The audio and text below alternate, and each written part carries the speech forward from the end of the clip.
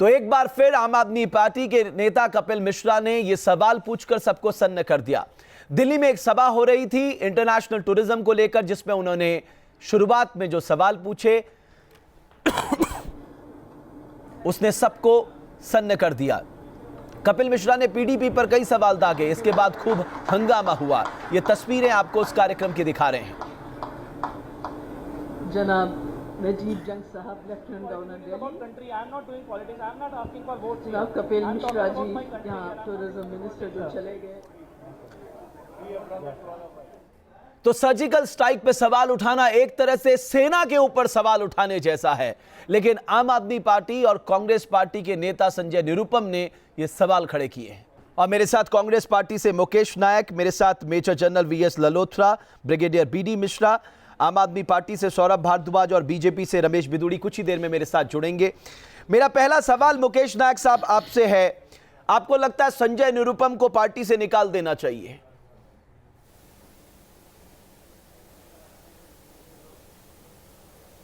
देखिए, मैं बिल्कुल स्पष्ट बता दूं, हमारे नेता राहुल गांधी जी ने उत्तर प्रदेश की सभा में स्पष्ट रूप से सर्जिकल स्ट्राइक की प्रशंसा की थी। इसके बाद कुछ किसी नेता के लिए कहने के लिए कुछ रह नहीं जाता है। हम तो उनके कार्यकर्ता मात्र हैं, कांग्रेस के एक अनुशासित कार्यकर्ता हैं। संजय निरुपम कह रहे हैं ये सर्जिकल स्ट्राइक फर्जी है। ये 125 करोड़ का देश है और इस देश में वैचारिक स्वतंत्रता है।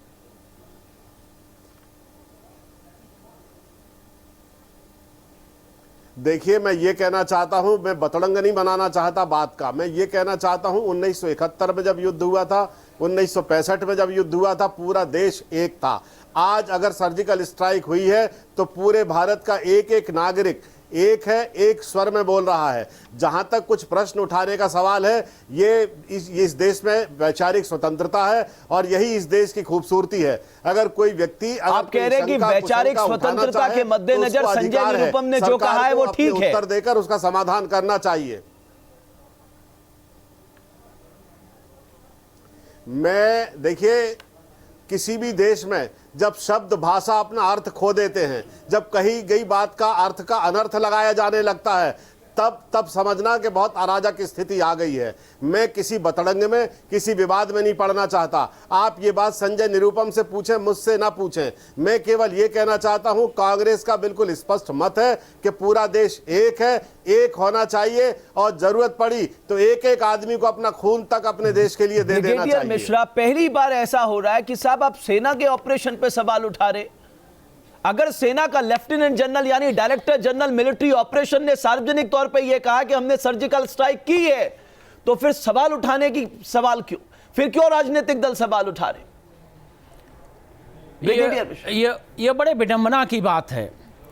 मैं तो 1962 की वार लड़ चुका हूं, 1965 में मैं वार में था, मैं 1971 वार में था और श्रीलंका में था। और मैं ये कहना चाहूँगा कि हमको अगर उस वक़्त ऐसा सवाल हुआ होता तो मैं ये समझता कि शायद मेरा देश मेरे साथ नहीं है। और अगर पूरा हमारा देश, सभी नेता ये क्लेम करते हैं कि सब लोग भारत सरकार के साथ हैं या देश के साथ हैं, सेना के साथ हैं, तो ये सवाल क्यों? क्योंकि जो सवाल कर रहे हैं वो तो बड़ा क्लियर है कि पूरा इस पर एविडेंस दिया जाए। मैं यहाँ आने के पहले मैंने तमाम बहुत सीनियर लोगों से बात किया जो मिलिट्री ऑपरेशंस में रहे हैं, मिलिट्री डायरेक्टर रहे, मिलिट्री ऑपरेशन डायरेक्टर रहे हैं और आज फौज में हैं। इतने अफसोस से वो लोग कह रहे थे कि क्या हमारा देश इस पर आ गया है।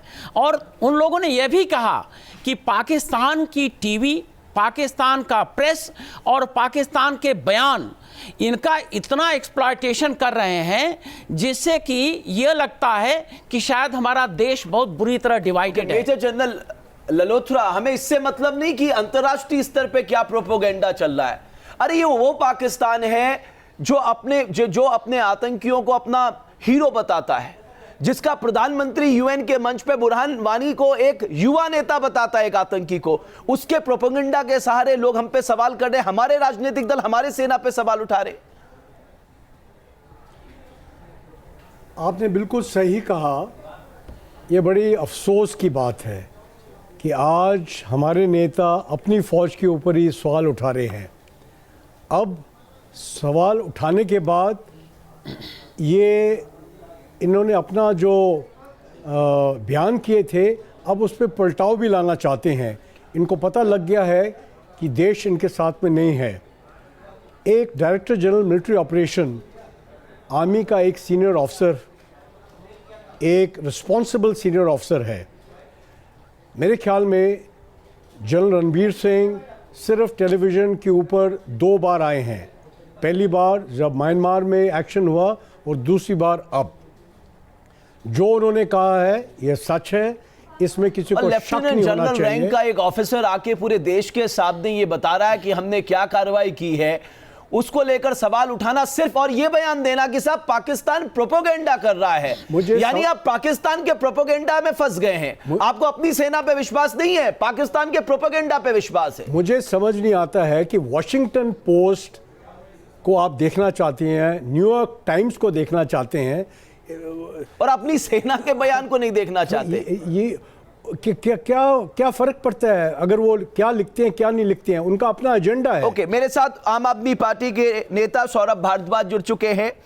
सौरभ भारद्वाज, मैं 2 सवाल पहले आपसे पूछ लूं। क्या बुरहान वानी को आतंकी मानने में आपको संशय है? क्या अफजल गुरु को आज भी आप आतंकी नहीं मानते? नहीं, देखिए, हम तो दोनों को ही आतंकी मानते हैं, मगर हाँ, जम्मू कश्मीर की जो सरकार है उसको इससे परहेज़ है।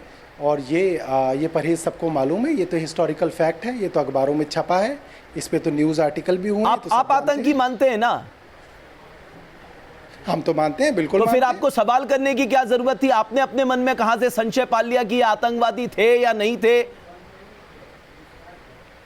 नहीं, हमने तो नहीं पाला, ये तो सब लोग जानते हैं, तो हमारी ऑफिशियल लाइन है, सबको मालूम है। तो और सब लोग जानते हैं कि कौन मानता है उनको आतंकवादी और कौन नहीं मानता, ये भी सब लोग जानते हैं। मेरा दूसरा सवाल आपसे, आप कह रहे हैं पाकिस्तान प्रोपोगेंडा कर रहा है, आप उस प्रोपोगेंडा के हिस्सा हैं क्या? जो आपको अपनी सेना पे विश्वास नहीं है, पाकिस्तान के प्रोपोगेंडा पे विश्वास है? बहुत अच्छा सवाल है आपका। देखिए, जिन भी 2 देशों के अंदर कॉन्फ्लिक्ट होता है, उन देशों के बीच में एक अजीब सा माहौल होता है। हमारे और पाकिस्तान के बीच में भी ऐसा माहौल है। पाकिस्तान जो प्रोपेगेंडा करता है उसे हम कभी नहीं मानते, हम जो प्रोपेगेंडा करते हैं, हमारी मीडिया जो प्रोपेगेंडा करती है, उसको पाकिस्तान कभी नहीं मानता। उनको, दोनों देशों के लोगों को, दोनों दूसरे देशों से कोई फर्क नहीं पड़ता। सर, अगर मैं अरविंद केजरीवाल के 2 मिनट 52 सेकंड के उस वीडियो की बात करूं, वीडियो मैसेज की, उन्होंने कहा कि पाकिस्तान के प्रोपोगेंडा से मेरा खून खौल उठता है। मैं कह रहा हूं पाकिस्तान का प्रोपोगेंडा क्या है साहब? ये वो है जिन्होंने करगिल में अपने सैनिकों के शव ले जाने से मना कर दिया, क्लेम करने से मना कर दिया। ये वो है जो आतंकवादियों को अपना हीरो बताते हैं। पूरी कर दूं? हाँ, मैं अपनी बात पूरी कर दूं। ऐसा है, इस बात से कोई फर्क नहीं पड़ता था, आज तक भी नहीं पड़ता कि हम उनके बारे में क्या सोचते हैं और वो हमारे बारे में क्या सोचते हैं। मगर इस बात का बहुत फ़र्क पड़ता है, और ये बहुत अहम बात है कि इंटरनेशनल मीडिया हम लोगों के बारे में क्या सोचता है, इंटरनेशनल कम्युनिटी सर, हमारे देश के बारे में क्या इंटरनेशनल मीडिया, बनाती है। ब्रिगेडियर मिश्रा या और मेरे सुनिए, साथ दो मेरी बात आर्मी पूरी- के मेरी- दो आर्मी के मेरे को सीनियर पूरी बात ऑफिसर होने मौजूद है दीजिए। साहब। आप सोचिए उनके दिल मैं में क्या पूरी बात बीत रही पूरी होगी करूंगा। जिन्होंने इस देश के लिए इतना काम किया। ब्रिगेडियर मिश्रा, आप जवाब दीजिए। मैं अपनी नहीं, बात मैं पूरी 2 करूंगा। बातें कहना चाहता हूं। पहली देखिए, बात मैं तो मैं अपनी ये बात कहना पूरी करूंगा, चाहता आप हूं, मुझे बात पूरी नहीं करने दे रहे। नहीं, एंकर हमको पूछ रहे हैं इसलिए मैं जवाब दे अपनी रहा ये हूं। बात अगर बताना एंकर चाहता हूं, कहे तो आप पूरी ये बहुत करिए। जरूरी है जी। मैं ये कह रहा हूं कि ये बहुत ज़रूरी है कि इंटरनेशनल कम्युनिटी हमारे और पाकिस्तान के बारे में क्या सोचती है, ये अच्छी राय होनी बहुत ज़रूरी है। और मुझे लगता है ये बात हम भी जानते हैं और प्रधानमंत्री भी मानते हैं, इसीलिए वो विदेशों के इतने दौरे करते हैं, क्योंकि वो समझते हैं कि इंटरनेशनल कम्युनिटी हमारे बारे में क्या सोचती है, वो बहुत ज़रूरी चीज़ है। देखिए, ऐसा है कि 1965 में और 1971 वार में अमेरिका, नेटो और जितने भी ग्रुप थे वो ये नहीं चाहते थे कि यूनाइटेड नेशंस की बात कर रहा हूं। आप देखिए, आप या तो बोल लीजिए, आप बोल लीजिए। आप जब आप बोल रहे थे आपने कहा तो मैं चुप हो गया। या तो आप बोल लीजिए या तो बोलने दीजिए। अगर आप ही सब जानते हैं मिलिट्री ऑपरेशन तो बोलिए। मैं आपको यह बता रहा हूं कि 1971 में इंटरनेशनल ओपिनियन अमेरिका ने भारत के खिलाफ कर रखा था और सिर्फ रशिया को छोड़ के और कोई सपोर्ट नहीं दे रहा था। तो क्या मैं उनके प्रोपगंडा जाता? उन्होंने हमारे उस वक्त प्राइम मिनिस्टर को जो शब्द कहे थे वो बिल्कुल इतने अपराधी शब्द थे कि उसका मैं तो जिक्र भी नहीं कर सकता हूं। मैं उनके उस वक्त हम लोग उनके बयान से नहीं गए। आज के दिन में मैं ये कहना चाहता हूं कि बॉम्बे में जितने पाकिस्तानी कलाकार हैं, कोई भी आतंकवाद की घटना यहाँ होती है उसके खिलाफ कोई नहीं बोलता है। हम ये बात अपने देश में बोलते हैं, इसका सेना पर तो बुरा असर पड़ता है, लेकिन पाकिस्तान के जितने लोग आते हैं टीवी पर वो हंसते हैं। आम आदमी पार्टी ने कहा कि साहब अगर आपने सर्जिकल स्ट्राइक की है तो आप सबूत दिखाइए। देखो भट्ट साहब, आम आदमी पार्टी को ये समझ लेना चाहिए कि भारत की आर्मी में पाकिस्तान की तरह भाड़े के लोग नहीं हैं। वो देश के प्रति मर मिटने वाले जांबाज लोग हैं और उनके घर में माँ बाप और परिवार है। अगर भारत के किसी व्यक्ति की शहादत होगी तो यहाँ पर उसको सम्मानित किया जाता है, पाक की तरह बेचा नहीं जाता है, डिनाई भी की जाती है कि हमारे लोग नहीं है। नंबर 1।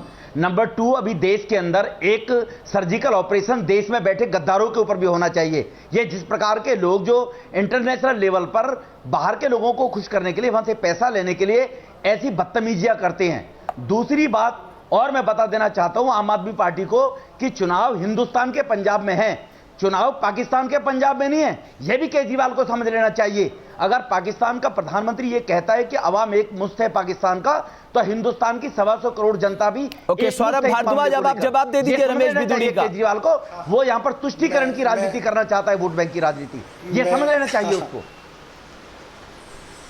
मैं बड़ा अच्छा इनको जवाब देता हूं कि इतनी राष्ट्रवाद की बातें मत करिए, वरना मुझे आपके राष्ट्रीय अध्यक्ष बंगारू लक्ष्मण की याद दिलानी पड़ेगी, जो फौजियों के ही इक्विपमेंट्स की दलाली करते हुए रंगे हाथों पैसे लेते हुए टीवी पे पकड़े गए थे। आपके भाजपा के राष्ट्रीय अध्यक्ष हरकत है ना तुम्हारी। और सुनो, अभी दूसरी बात भी सुनो, तुम्हारा जो दूसरा भी सुनो, सर्टिफिकेट दिए थे, तुम्हारी पार्टी के दलालों ने अभी तुम्हारी ही पार्टी, अब सुन लो, पूरी सुन तो लो। चाहता हूं तुम्हारे कितने लोग आर्मी में हैं? विदुड़ी जी जरा सुन तो लो। खानदान में कितने आर्मी में लोग हैं? विदुड़ी जी प्यार से दे रहा हूं, सुन लो। तुम्हारे खानदान में और प्यार से सुन लो। और सुनो बिदुड़ी साहब, और सुनो। ओके सौरभ भारद्वाज, ये चर्चा इस स्तर पे नहीं जानी चाहिए। ओके ब्रिगेडियर, आप लोग कुछ कहना चाहते हैं? ब्रिगेडियर, आपको लाना चाहते हैं। मेरे पास समय बिल्कुल खत्म हो गया। मैं सिर्फ एक बात कहना चाहता हूं कि जितने भी ऑपरेशन आर्मी कर रही है, ये बड़े जिम्मेवारी से कर रही है, बड़े हौसले से कर रही है, और इस बात हौसले को कमजोर ना किया जाए, और इसको इनके ऑपरेशन का कोई डिटेल नहीं डिस्क्लोज करना चाहिए, कोई सबूत देने की जरूरत नहीं है। 10 सेकंड सर। मुझे सिर्फ तरस आता है कि आज नेताओं हमारे ऊपर, फौजियों के ऊपर शक कर रहे हैं कि ऑपरेशन हुआ नहीं हुआ। मैं 35 साल आर्मी में नौकरी कर चुका हूँ। मैंने JNK में उसी बॉर्डर पे नौकरी की है। इस हालत पे देश कभी पहले नहीं पहुँचा है। मैं डीपली डिसअपॉइंटेड हूँ, एंग्विश्ड हूँ, और मुझे पता है कि हमारे जो यंग जवान और ऑफिसर्स जो गए हैं पार, अगर इनको इतना शक है, ये साइन अप करें अगले सर्जिकल ऑपरेशन के लिए। मेजर जनरल, मैं आपकी भावना नहीं जाए, बिल्कुल ये बॉर्डर पे जाके 2 दिन रहे। बिल्कुल मैं समझ सकता हूं आपकी भावनाएं। तो जाहिर तौर पे राजनीतिज्ञों के लिए एक मैसेज है कि कम से कम सेना को का राजनीतिकरण नहीं होना चाहिए। अगर सेना ने कहा है कि उन्होंने सर्जिकल स्ट्राइक की है तो भारतवर्ष को उन पर भरोसा होना चाहिए, क्योंकि वही भारत की आन बान और शान का प्रतीक है। बहुत बहुत शुक्रिया आपका।